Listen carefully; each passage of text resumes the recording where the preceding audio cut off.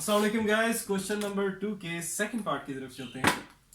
Statement में straight forwardly mention है without expansion हमें शो करना है कि ये जो दोनों साइड्स हैं ये इक्वल है। इट मींस टू से राइट हैंड साइड पे तो डेफिनेटली जीरो पड़ा है, उसमें कोई हमें कैलकुलेशन वगैरह करने की जरूरत नहीं है। लेफ्ट हैंड साइड को हम कंसीडर करेंगे डेफिनेटली, और इसमें ये जो 3x3 लेफ्ट हैंड साइड में 3x3 का डिटर्मिनेंट पड़ा हुआ है, इसको हमें विदाउट एक्सपेंशन जो है वो सॉल्व करना है और इसको जो है वो जीरो के इक्वल लेके आना है। अब कैसे लेके आएंगे? क्योंकि एक्सपेंशन में तो इसने रिस्ट्रिक्शन लगा दी है, वो तो अब यूज नहीं कर सकते। तो डेफिनेटली फिर हमें प्रॉपर्टीज की तरफ चलना पड़ेगा, डिटर्मिनेंट की प्रॉपर्टीज की तरफ। अब डिटर्मिनेंट की प्रॉपर्टीज भी अच्छी खासी हैं, सो उसमें फिर यह है कि सारी मैं डिस्कस नहीं करूंगा यहाँ पे, ठीक है। डिटर्मिनेंट की प्रॉपर्टी सारी डिस्कस नहीं करूंगा। जो यहाँ पे इस क्वेश्चन नंबर 2 के सेकंड पार्ट में जिसकी मैं हेल्प लूंगा, जिस प्रॉपर्टी की, जस्ट मैं वो एग्जांपल्स के थ्रू वो पहले क्लियर कर दूंगा एंड देन फिर अपने क्वेश्चन की तरफ आएंगे, ठीक है। आसान सी प्रॉपर्टी है। प्रॉपर्टी ये है कि अगर आपके पास इस तरह का कोई डिटर्मिनेंट आ जाए 1 2 3 1 2 3 0 9 8 जस्ट लाइक दैट। मींस उसे कि ऐसा डिटर्मिनेंट 3x3 का कि जिसमें आपके पास कोई सी भी दो रोज अगर आइडेंटिकल आ जाए, सेम आ जाए, तो ऐसे डिटर्मिनेंट का रिजल्ट जो है वो जीरो के इक्वल हम लोग लिख सकते हैं। ये प्रॉपर्टी है। इसी प्रॉपर्टी का एक और वर्जन भी है कि अगर कोई से दो कॉलम्स आइडेंटिकल आ जाए, जैसे कि यहां पे आए हुए, तो ऐसे डिटर्मिनेंट का रिजल्ट भी जीरो के इक्वल हम लोग लिख सकते हैं।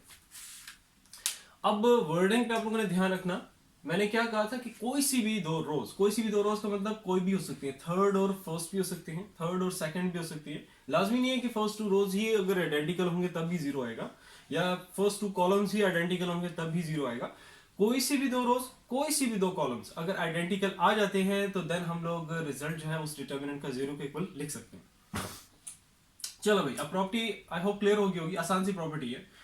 अब ये जो लेफ्ट हैंड साइड है, पहले इसको कंसीडर करके हम यहां पे लिख लेते हैं 2 1 2 3 1 -3 -1 0 और ये 5। अब सबसे पहला काम आपने ये करना है, सबसे पहले तो ये चीज डिसाइड कर लो, ये चूज कर लो, ये सिलेक्ट कर लो कि आपने कौन से दो रोज या कौन से दो कॉलम्स को आइडेंटिकल बनाना है, एंड देन फिर उसके बाद अपने वर्किंग स्टार्ट करनी है। तो सबसे पहला ये जो आपके पास कॉलम 1 है, इसको तो नहीं छेड़ना, 2 1 2 है तो इसको तो आपने एज इट इज लिखना है, ठीक है। इसके साथ कोई कैलकुलेशन वगैरह नहीं करनी।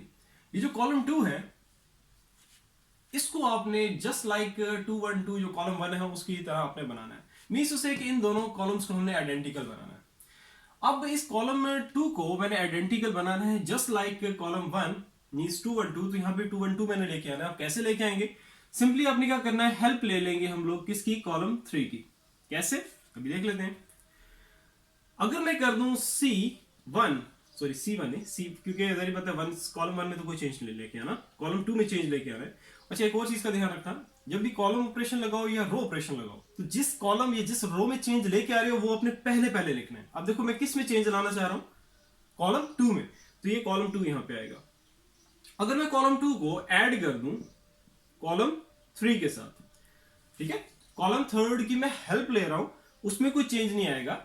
जिसमें चेंज लेके आना उसको आपने पहले लिखना है। ये मैं जब इसका मैंने क्वेश्चन नंबर सेकंड का फर्स्ट पार्ट कराया था, जब रो ऑपरेशन लगाया था, उस पर भी मैंने डिटेल बेस पे बताया था, इस पे ज्यादा मैंने जोर दिया था इस चीज पे कि प्लीज इस चीज का बहुत ध्यान रखो आप लोग, ठीक है। तो अभी कॉलम 2 में चेंज लेके आना है तो वो मैंने पहले लिख दिया। हेल्प मैं किसकी ले रहा हूं, कॉलम 3 की, तो वो बाद में, उसमें चेंज नहीं आएगा। चलो भाई, और जिस जिस कॉलम में या जिस रो में चेंज नहीं आना वो आप पहले ही लिख दिया करो ताकि कंफ्यूजन से आप लोग बच जाओ, ठीक है। अभी सारी बातें यहाँ पे कोई रो ऑपरेशन नहीं है, इसलिए सारे ये एक कॉलम ऑपरेशन ही है, आसान से सिंपल सही है। तो अब यहाँ पे क्या है, सिर्फ कॉलम 2 में चेंज लेके आना है, तो कॉलम फर्स्ट और कॉलम 3 इसको मैं पहले ही लिख दूंगा ताकि किसी तरह की कोई कंफ्यूजन जो है वो ना रहे। मुझे पता है आप लोगों के टाइम का प्रेशर होता है और उसी टाइम के प्रेशर के चक्करों में आप लोग ना वो गड़बड़ी कर देते हो, ठीक है। कॉलम फर्स्ट इसमें कोई चेंज नहीं और कॉलम 3 उसमें भी कोई चेंज नहीं, बीच में स्पेस छोड़ दो कॉलम सेकंड के लिए। ये हो गया। अब इसी जो कॉलम ऑपरेशन है इसको साइड पे कर, वैसे है तो बहुत सिंपल सा, डायरेक्टली यहाँ पे रिजल्ट्स आ जाएंगे। लेकिन अगर कोई ऐसा कॉम्प्लिकेटेड सा कॉलम ऑपरेशन या रो ऑपरेशन आ जाए तो साइड पे लाइन लगा के रफ वर्क लिख के वहीं सारी कैलकुलेशन वगैरह कर लेना, ठीक है। अच्छा भाई, कॉलम 2 एलिमेंट टू एलिमेंट आपने क्या करना है, ऐड करना है, ठीक है। 3 को अगर ऐड करोगे इसके साथ -1 के साथ, प्लस माइनस माइनस, ये होगा 2 आ गया, तो यहां पे आ जाएगा 2। नेक्स्ट आगे चलो, 1 प्लस 0, तो डेफिनेटली ये 1 आ जाएगा। -3 प्लस 5, तो ये आपके पास रिजल्ट क्या आ जाएगा 2, तो यहां पे आ जाएगा 2। आसान सी सिंपल सी कैलकुलेशन है, कोई कैलकुलेटर का यूज करने की जरूरत नहीं पड़ेगी आपको। तो अब यहां पे देख रहे हो स्ट्रेट फॉरवर्डली आपका ये क्या आ गया है, दो जो कॉलम्स है वो आइडेंटिकल आ चुके हैं, और यही हम लाना चाह रहे थे, कोई सी भी दो रोज या कोई सी भी दो कॉलम्स आइडेंटिकल लाना चाह रहे थे। लेकिन इस क्वेश्चन में, क्वेश्चन नंबर 2 के सेकंड पार्ट में हम लोगों ने कॉलम्स पे फोकस किया है और कॉलम्स को आइडेंटिकल बना दिया, फर्स्ट 2 कॉलम्स को। तो अब हम यहाँ पे लिख सकते हैं आगे, इसी के आगे लिख सकते हैं कि हमारे पास ये क्या आगे इक्वल टू 0। लेकिन जब इक्वल टू 0 लिख दोगे, हमने लाजमी अपने मेंशन करना है जो किसकी प्रॉपर्टी थी, वो ये, वो वर्डिंग वगैरह लिखने की जरूरत नहीं है, ठीक है, बस आपने ये लिख देना है कि column 1 is equal to column 2, since लिखने की जरूरत नहीं है, as column 1 is equal to column 2, और यहां पे 0 के आगे आपने ये भी लिख देना है, क्योंकि हमारी क्या चल रही है, लेफ्ट हैंड साइड चल रही है, ठीक है। और ये हमारे पास जो 0 आ गया, ये इक्वल टू क्या आ गया, राइट हैंड साइड आ गया। So as C1 is equal to C2,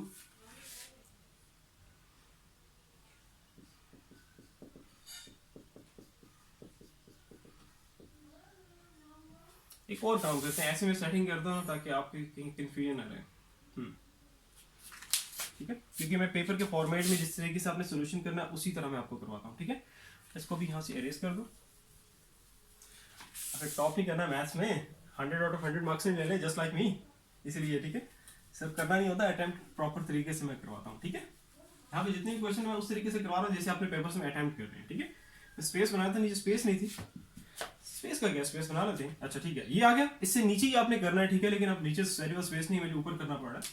तो अब आपने क्या लिखोगे, ये जो हमारी लेफ्ट हैंड साइड थी चल रही है, और ये आपके पास क्या आ जाएगा, इसका रिजल्ट क्या आएगा, या इसी के नीचे आपने लिख देना है, पहले लेफ्ट हैंड साइड में, इसी के नीचे अब आप लिखोगे, यार स्पेस नहीं होती ना, बड़ा काम खराब होता है, मैं यहाँ पे लिख देता हूँ आपको, थोड़ा सा टाइम लगेगा, आप लोग कंफ्यूजन से बच जाओगे।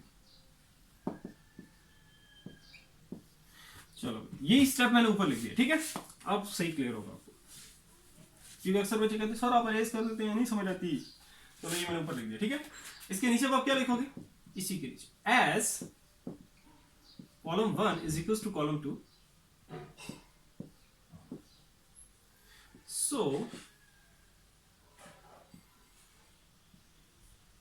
so we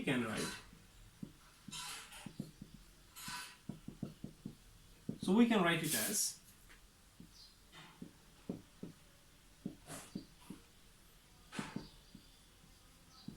इक्वल टू 0, ठीक है। ये हमारी लेफ्ट हैंड साइड थी, बस इतनी वर्डिंग लिख दोगे, दैट्स इनफ, वो समझ जाएगा कि आपने ये लिखा कि column 1 equal to column 2, so we can write it as, means से कि इस डिटरमिनेंट का रिजल्ट जो है 0 के इक्वल हम लोग लिख सकते हैं, ठीक है। एंड देन अब यहां पे लिखोगे it is equals to right hand side, so और इसी के नीचे ही अब आपने लिखना है, स्पेस नहीं तो मैं ही लिख देता हूं, left hand side is equals to right hand side, ठीक हो गया। कोई लंबी चौड़ी वर्डिंग वगैरह लिखने की जरूरत नहीं, स्ट्रेट फॉरवर्डली आपने यहाँ तक पहुंच गए, उसके बाद लिखोगे as column 1 equals to column 2, so we can write it as just like that equal to 0 and which is equals to right hand side and last में left hand side equals to right hand side, तो ये हमारा हो गया 2। सो I hope clear होगा। Still अगर कहीं पे भी कंफ्यूजन है किसी भी तरह की तो नीचे कमेंट सेक्शन में कमेंट करके पूछ लेना। इंशाल्लाह ताला फिर नेक्स्ट वीडियो में मिलते हैं। अपना बहुत सारा ख्याल रखो। अल्लाह हाफिज।